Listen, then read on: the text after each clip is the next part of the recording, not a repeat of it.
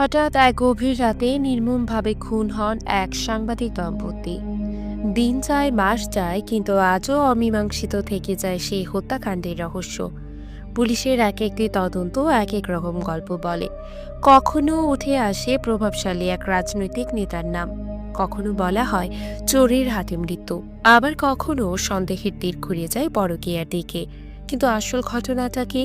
কে মেরেছে সাংবাদিক দম্পতিকে, আর কেনই বা মেরেছে? তা না হয় এক্সপ্লেনেশন থেকেই জেনে নেবেন। আর হ্যাঁ, আজকের গল্পটির সত্য ঘটনার উপর নির্মিত। তো চলুন আর কথা না বাড়িয়ে অমীমাংসিত মুভির এক্সপ্লেনেশন শুরু করা যাক। গল্পের শুরু হয় পলিটিক্যাল টক শো পঞ্চম মাত্রা দিয়ে। এই শো এর হোস্ট অর্ণব শাহরিয়ারের আজকের গেস্ট হিসেবে আসে আসন্ন জাতীয় ইলেকশন ক্যান্ডিডেট, বিশিষ্ট ব্যবসায়ী এবং সমাজসেবক খালিকুজ্জামান হক। অর্ণব প্রথমে গিয়ে তাকে জিজ্ঞেস করে, আপনি তো অনেক দান খয়রাত করেন, কিন্তু এত দান খয়রাত আপনি কোথা থেকে করেন, উৎসটা কি? প্রথম প্রশ্ন শুনেই আটকে যায় সে, ইতস্তত বোধ করে। এরপর বলে, কেন আমার ব্যবসা থেকে? তখন অর্ণব বলে, আপনি নির্বাচনে ইস্তেহারে আপনার মোট অর্থের পরিমাণ দেখিয়েছেন 16 লাখ টাকা, তাহলে আপনি কোটি কোটি টাকা কোথা থেকে দান খয়রাত করেন? খালিকুজ্জামান আবারও আটকে যায়। অর্ণব আরও একটা প্রসঙ্গ নিয়ে আসে, একটা সংবাদ পত্রিকায় নিউজ হয়েছে কানাডায় বেগম পাড়ায় আপনার বাড়ি আছে, এ সম্পর্কে কি বলবেন? এরপর সিন পরিবর্তন হয়ে বর্তমান দৃশ্য দেখানো হয়। এতক্ষণই টকশো স্পেশাল তদন্তকারী অফিসার কয়েকজনকে নিয়ে দেখছিলেন। এই টকশোর দিনেই মারা যায় সাংবাদিক দম্পতি অর্ণব এবং মিতু। অনেকবারই এই দম্পতির মার্ডারের কেস তদন্ত হয়েছে, কিন্তু কোনো অপরাধীকে তারা ধরতে পারেনি এখনো। তাই স্পেশাল তদন্তকারী অফিসার আবারও কয়েকজনকে নিয়ে বসেছে, যেখানে উপস্থিত আছে প্রথম আইও অর্থাৎ ইনভেস্টিগেটর অফিসার, যার নাম মহসিন। আরও রয়েছেন ফরেন্সিক অফিসার সহ কয়েকজন। স্পেশাল তদন্তকারী অফিসার মহসিনকে শুরু থেকে শুরু করতে বলে। মহসিনও তাই বলা শুরু করে। মহসিন বলে, আমি সকালে খবর পাওয়ার পরপরই ঘটনাস্থলে আসি, এসে 2 রুমে 2টা ডেড বডি দেখতে পাই। এইটুকুতে তদন্তকারী অফিসার মহসিনকে জিজ্ঞেস করে, এই কেসে কাউকে ধরেছিলেন না? মহসিন বলে, বাড়ির কেয়ারটেকার এবং নিতুর ভাইকে ধরেছিলাম, পরবর্তীতে নিতুর ভাইকে ছেড়ে দেই, কেয়ারটেকারকে রিমান্ডে নেওয়ার পর জেলে পাঠিয়েছে। এইসব শুনে অফিসার জিজ্ঞেস করে, আপনার কাউকে সন্দেহ হয় না? মহসিন বলে, খালিকুজ্জামানকে আমার সন্দেহ হয়, তার সাথে টকশোর দিনই কিনা সাংবাদিক দম্পতির মার্ডার হয়েছে। এই পর্যায়ে সিন নিয়ে যাওয়া হয় মার্ডার হওয়ার 4 ঘন্টা আগে। এইচটিভি কার্যালয়ে পঞ্চম মাত্রা টকশোর প্রধান অতিথি হয়ে আসে খালিকুজ্জামান। এসেই আগে দেখা করে অর্ণবের সাথে, তারপর বলে, আমি সামনে ইলেকশনে দাঁড়াবো, ইলেকশন পর্যন্ত আমাকে সঙ্গ দাও, তাহলে ইলেকশনের পর তোমার নিজস্ব একটা চ্যানেল খুলে দেব, তখন আর অন্যের হয়ে কাজ করতে হবে না। অর্ণব খালিকুজ্জামানের সাথে হ্যাঁ মেলাতে থাকে। এরপরে খালিকুজ্জামান স্টুডিওতে ঢুকে যায়। তখন মেকআপম্যান তার কাছে আসলে সে বলে, এমন মেকআপ করে দাও যাতে একদম ইনোসেন্ট লাগে। এদিকে অর্ণবকে কল করে তার স্ত্রী নিতু। অর্ণব বলে, টকশো শেষেই আসছি। অর্ণব এরপর স্টুডিওতে ঢুকে খালিকুজ্জামানকে দেখে বলে, আপনাকে দেখে মেকআপ করার পর খুবই ইনোসেন্ট লাগছে। খালিকুজ্জামান বলে, আমি তো ইনোসেন্টই। এরপর শুরু হয় লাইভ টক শো। অর্ণব খালিকুজ্জামানের বেগম পাড়ায় বাড়ি থাকার ব্যাপারটা নিয়ে আসলে খালিকুজ্জামান তা অস্বীকার করে। অর্ণব বলে, আপনার স্ত্রীর নামেও তো বাড়ি কেনা আছে। খালিকুজ্জামান বলে, আমার স্ত্রীর নামে থাকতে পারে, সেটা আমার জানা নেই। অর্ণব এবার বলে, আপনি তো মানি লন্ডারিং করেছেন। এই কথা শুনে আবারও বিচলিত হয়ে পড়ে খালিকুজ্জামান। অন্যদিকে প্রডিউসার অর্ণবকে শুরু থেকেই বলে স্ক্রিপ্ট থেকে প্রশ্ন করতে, স্ক্রিপ্টের বাইরে যেন কোনো প্রশ্ন না করে। কিন্তু অর্ণব কোনো কথা কানে না নিয়ে আবারও জিজ্ঞাসা করে, আপনি মানি লন্ডারিং করে তাহলে কানাডার বেগম পাড়ায় বাড়ি কিনেছেন? এরপর আসে আরও একটা প্রসঙ্গে। অর্ণব বলে, আপনি তো করোনার সময় অনেক হেল্প করেছেন। খালিকুজ্জামান বলে, হ্যাঁ করেছি। অর্ণব তখন বলে, আপনার ব্যক্তিগত প্রতিষ্ঠানের নামে অভিযোগ আছে, করোনাকালীন আপনার প্রতিষ্ঠান কোটি কোটি টাকা আত্মসাৎ করেছে, মানুষের করোনা পরীক্ষার নামে মিথ্যা রিপোর্ট দিয়েছে। এগুলো কেন করলো, এর জবাব দিতে হবে। এবার রেগে যায় খালিকুজ্জামান। লাইভ টক শোতে বলে, 2 বিরোধী দলের থেকে টাকা খেয়ে নির্বাচনের আগে আমার বিরুদ্ধে গিয়েছিস, আমাকে নিয়ে অনেক কথা বলেছিস, তাই না? এর পরিমাণ যে কতটা ভয়াবহ হবে তা দেখবে। এসব বলেই চলে যায় সে। এসব লাইভ ফুটেজেও দেখে স্পেশাল তদন্তকারী অফিসার। ওদিকে পেছনের সিনে প্রডিউসার অর্ণবকে বলে, তোমাকে বলেছি না স্ক্রিপ্টের বাইরে কোনো কথা বলবে না। সে পাওয়ারফুল লোক। অর্ণব বলে, আমি তোর মিথ্যা কিছু বলিনি। প্রডিউসার বলে, তুমি এবার বাড়ি যাও, আমি অফিসের ব্যাপারটা দেখব। অর্ণব ওয়াইফের জন্য ফুল কিনে চলে আসে বাড়িতে। বাড়ি আসতে ওয়াইফ বলে, শুনলাম অফিসে নাকি অনেক হাঙ্গামা করেছো। অর্ণব বলে, ভিআইপি এসেছিল, টক শো শুরুর আগে আমাকে উল্টো পাল্টা বোঝায়, কিন্তু শালা তো এক দুর্নীতিবাজ, তাই দিছি $1। কিন্তু নিতু তো তার উপর খুব রেগে যায়। আজকে তা আর আরও আগে আসার কথা ছিল। সারাক্ষণ দুজনে অফিসের কাজে ব্যস্ত থাকে, তাই মেয়েকে সময় দিতে পারে না। মেয়ে আবার অপেক্ষায় আছে তার বাবার জন্য। অর্ণব তখন নিতুকে ফুল দিয়ে শান্ত করে, এরপর মেয়েকে চকলেট দিয়ে শান্ত করে। এরপর সিন হয়ে যাওয়া যে ঘটনা, সে ঘটনা ঘটে 10 মিনিট আগে। নিতু অর্ণবকে বলে, আমি এমন এক তথ্য পেয়েছি পুরো বাংলাদেশ কাঁপিয়ে দেবে।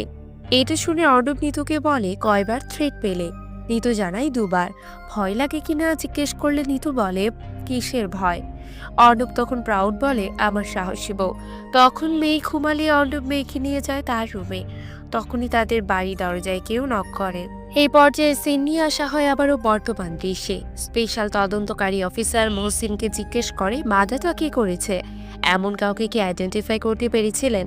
মহসিন বলে, রবিন এবং সোহেলকে সাসপেক্ট হিসেবে ধরা হয়েছিল, কারণ মার্ডারের সময় তারা দুজনেই ওই এলাকায় ঘোরাঘুরি করছিল, যেটা সিসিটিভি ক্যামেরায় ধরা পড়েছে।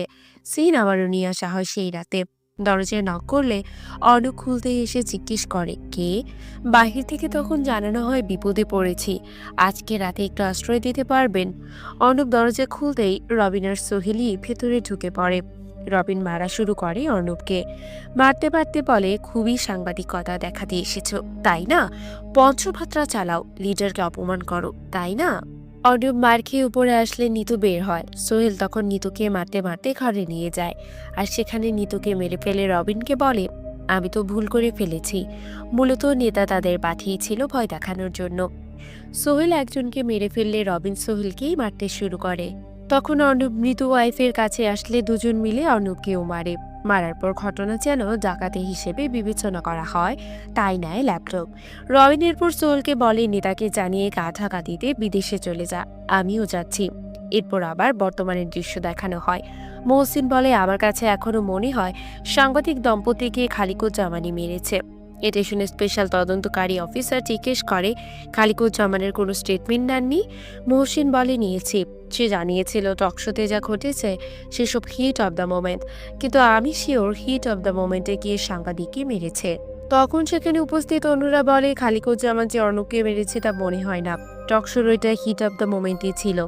এসব চলতে থাকলে স্পেশাল অফিসার জিজ্ঞেস করে, তাহলে খুনটা করলো কে? তখন অন্য একজন কেস তদন্তকারী বলে, আমার তদন্তে মনে হয়েছে নিতুর কলিগ এবং ক্যামেরা পার্সন সাফায়েত খুনটা করেছে, কারণ এটা ওয়ান সাইড লাভ ছিল। স্পেশাল অফিসার পুরোটা খুলে বলতে বলে। এই অফিসার তখন তার তদন্ত থেকে বলা শুরু করে, বলে, আমি নিতুর কলিগদের থেকে খবর নিয়েছি, সাফায়েত নিতুকে ভালোবাসতো, ওয়ান সাইড লাভ। এরপর সাফায়েত এবং নিতুর সিন দেখানো হয়। নিতু একদিন রিপোর্ট করতে আসতে সেখানে তার ক্যামেরা পার্সন সাফায়েত ফুল গিফট করে। নিতু বলে, আমি তো তোর দেওয়া ড্রেস পরে আছি, আবার ফুল কেন? নিতু সাফায়েতকে তুই করেই বলে, কারণ বয়সে তার ছোট। এই তদন্তকারী অফিসার প্রেমের দিকে মার্ডারটা ধাবিত করলে তন্ময় নামে আরেক অফিসার বলে, আপনি কি সব কেসে প্রেম পান নাকি? স্পেশাল অফিসার আরও ডিটেলস বলতে বলে। এরপর অফিসার একটা ভিডিও দেখায়, যে ভিডিওটা সাফায়েতের ফোনে পেয়েছিল। ভিডিওতে দেখা যায় দুজন একটা ইনভেস্টিগেশনে বের হলে সাফায়েত নিতুকে ভিডিও করতে থাকে। ভিডিওতে জানায়, তুমি যদি আমার রানী না হও তাহলে তোমাকে মেরে আমি ফাঁসির দড়িতে ঝুলব। এসব সাফায়েত গল্প বলার ঢঙ্গে বলে। নিতু আবার তখন ফোন কেড়ে নেয়। এই ভিডিও প্লে করলে সবাই বলে, এখানে কি এমন হয়েছে? স্পেশাল অফিসারও বলে, সাফায়েত কি জানতো না যে নিতু বিবাহিত? তদন্তকারী অফিসার জানায়, হ্যাঁ জানতো, কিন্তু অসম প্রেম থাকে না। আবারও শুরু হয় তখন নিতু এবং সাফায়েতের গল্প। সাফায়েত একদিন নিতুকে বাইরে ডাকে। বাইরে থেকে সাফায়েত থাকে বেশ টেনশনে। নিতু সাফায়েতের কাছে এসে বলে, কি বলার জন্য বাইরে ডাকলে বল? সাফায়েত ভয়ে ভয়ে বলে, আমি তোমাকে ভালোবাসি। এটা শুনে নিতু বলে, হ্যাঁ আমিও তোকে ভালোবাসি, কিন্তু ভাইয়ের চোখে। সাফায়েত তখন বলে, আমি তোমাকে ওরকম ভালোবাসি না, প্রেমিকার চোখে দেখি। আমি তোমাকে বিয়ে করতে চাই, তুমি অর্ণবকে ডিভোর্স দিয়ে দাও, আমি তোমার বাচ্চাকে নিজের করে নেব। এসব শুনেই নিতু সাফায়েতকে দুটো চড় মারে, মেরে চলে যায়। পরবর্তীতে নিতু সাফায়েতকে তার টিম থেকে বাদ দেয়। সাফায়েত তাই নিতুকে বলে, তুমি আমাকে তোমার টিম থেকে বাদ দিলে কেন? আমি তোমার টিম ছাড়া কাজ করব না, আমি তোমাকে ভালোবাসি, আমি অর্ণবের কাছে গিয়ে আমাদের ভালোবাসার কথা জানাতে প্রস্তুত। নিতু তখন বলে, বেশি বাড়াবাড়ি করো না, ম্যানেজমেন্টের কাছে কমপ্লেন জানাতে বাধ্য হব। এটা বলেই চলে যায়। এরপরে সিন নিয়ে আসা হয় মার্ডার হওয়ার 3 ঘন্টা আগে। নিতু অফিস শেষ করে বাড়িতে আসতেই মেয়ে বলে, বাবা কখন আসবে? মা বলে, তোমারটা কি মনে আছে আজকে তোমার বাবা যে ঘুরতে নিয়ে যাবে? এরপর নিতু অর্ণবকে ফোন করে। অর্ণব বলে, যেতে তো চেয়েছিলাম, কিন্তু ভিআইপি একটা গেস্ট আসছে, যেতে 1.5 ঘন্টা সময় লাগবে, আজকে একটু ম্যানেজ করে নাও, নেক্সট কোনো একদিন ঘুরতে নিয়ে যাব। নিতু মেয়ের কাছে এসে জানায় আজকে যে তার বাবা তাকে ঘুরতে নিয়ে যেতে পারবে না সেই কথা। তখন মেয়েটা মন খারাপ করে তার রুমে চলে যায়।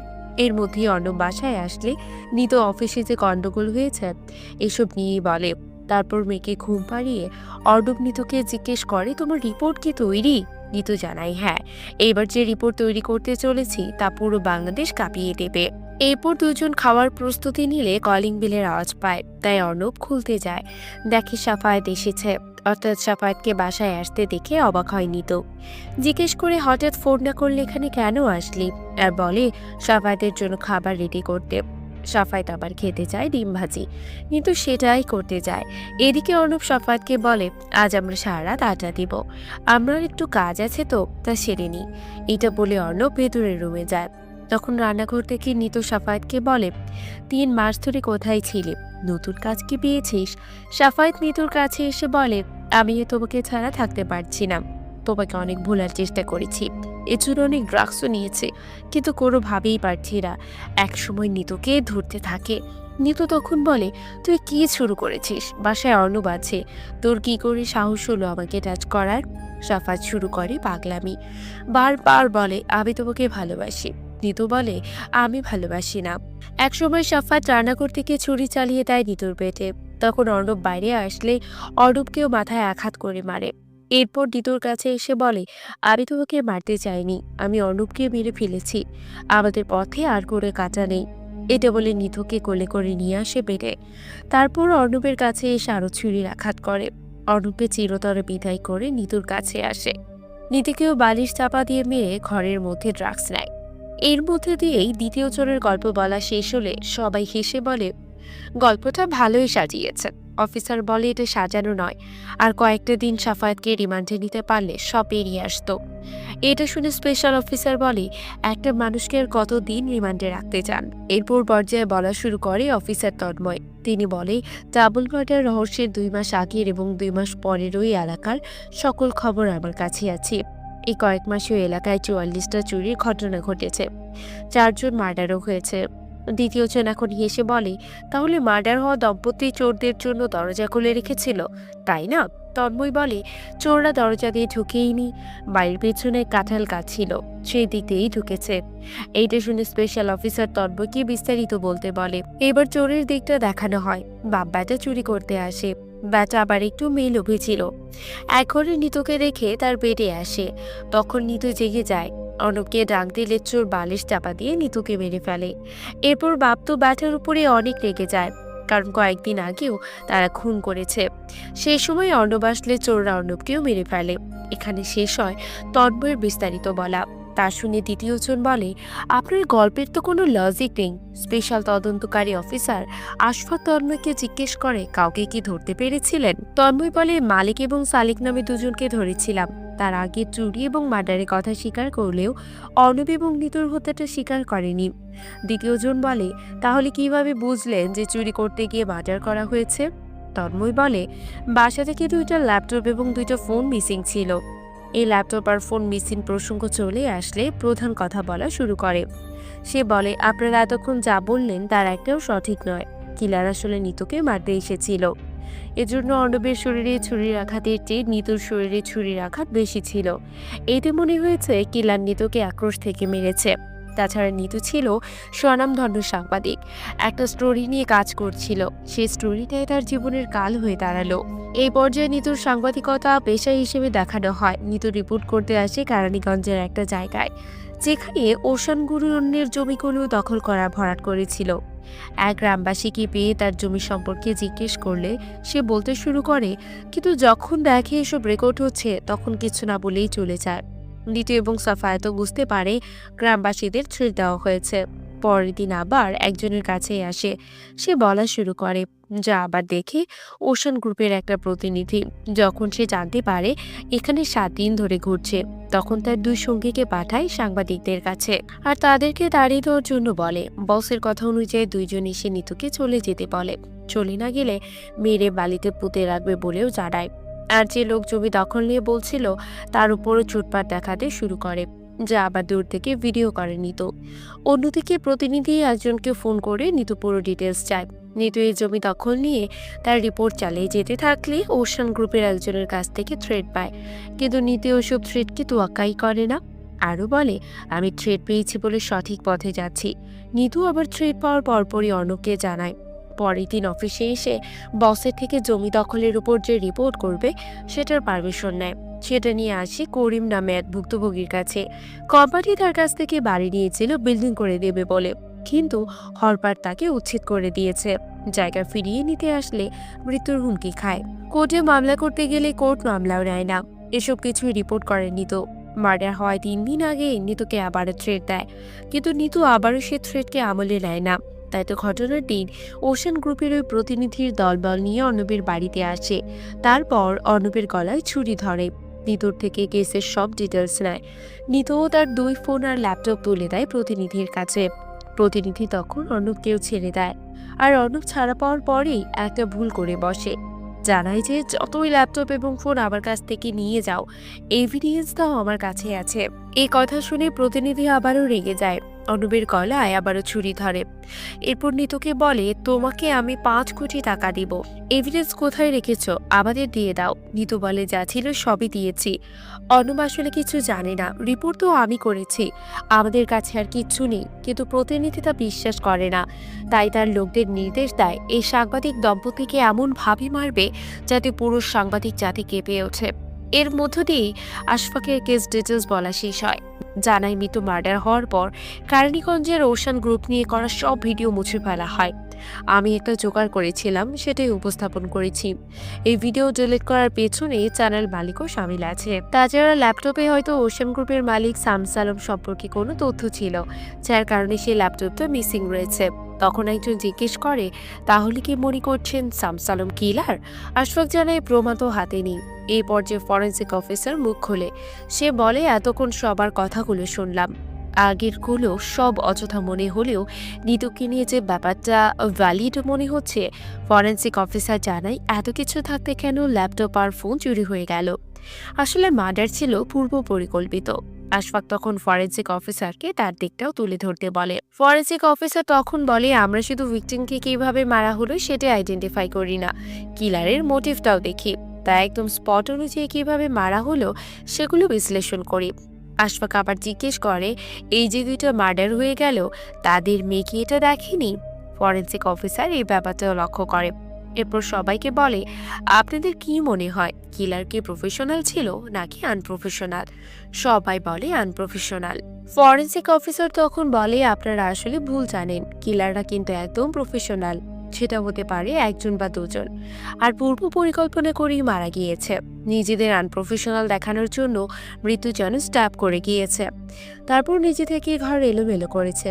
তারপর আশফাক জিজ্ঞেস করে, আপনারা মার্ডার লোকেশন থেকে কোনো ক্লু পাননি? ফরেন্সিক অফিসার বলে, ডেড বডির পাশ দিয়ে কোনো বাউন্ডারি দেওয়া হয়েছিল না, আর দ্রুত অনেক মানুষ, সাংবাদিক এবং আত্মীয় স্বজনের সমাগমের কারণে সবকিছু নষ্ট করে। তারপরেও 2টা ফিঙ্গারপ্রিন্ট পেয়েছিল। এই মার্ডার কেসের সাথে জড়িত সম্ভাব্য সবার ফিঙ্গারপ্রিন্ট চেক করেছে, ডাটাবেজেও চেক করেছে, কিন্তু মেলেনি। ফরেন্সিক অফিসারের বলা শেষ হলে মহসিন বলে, আমরা মার্ডারের দিন ঘরের ছোট মেয়েকে পেয়েছিলাম।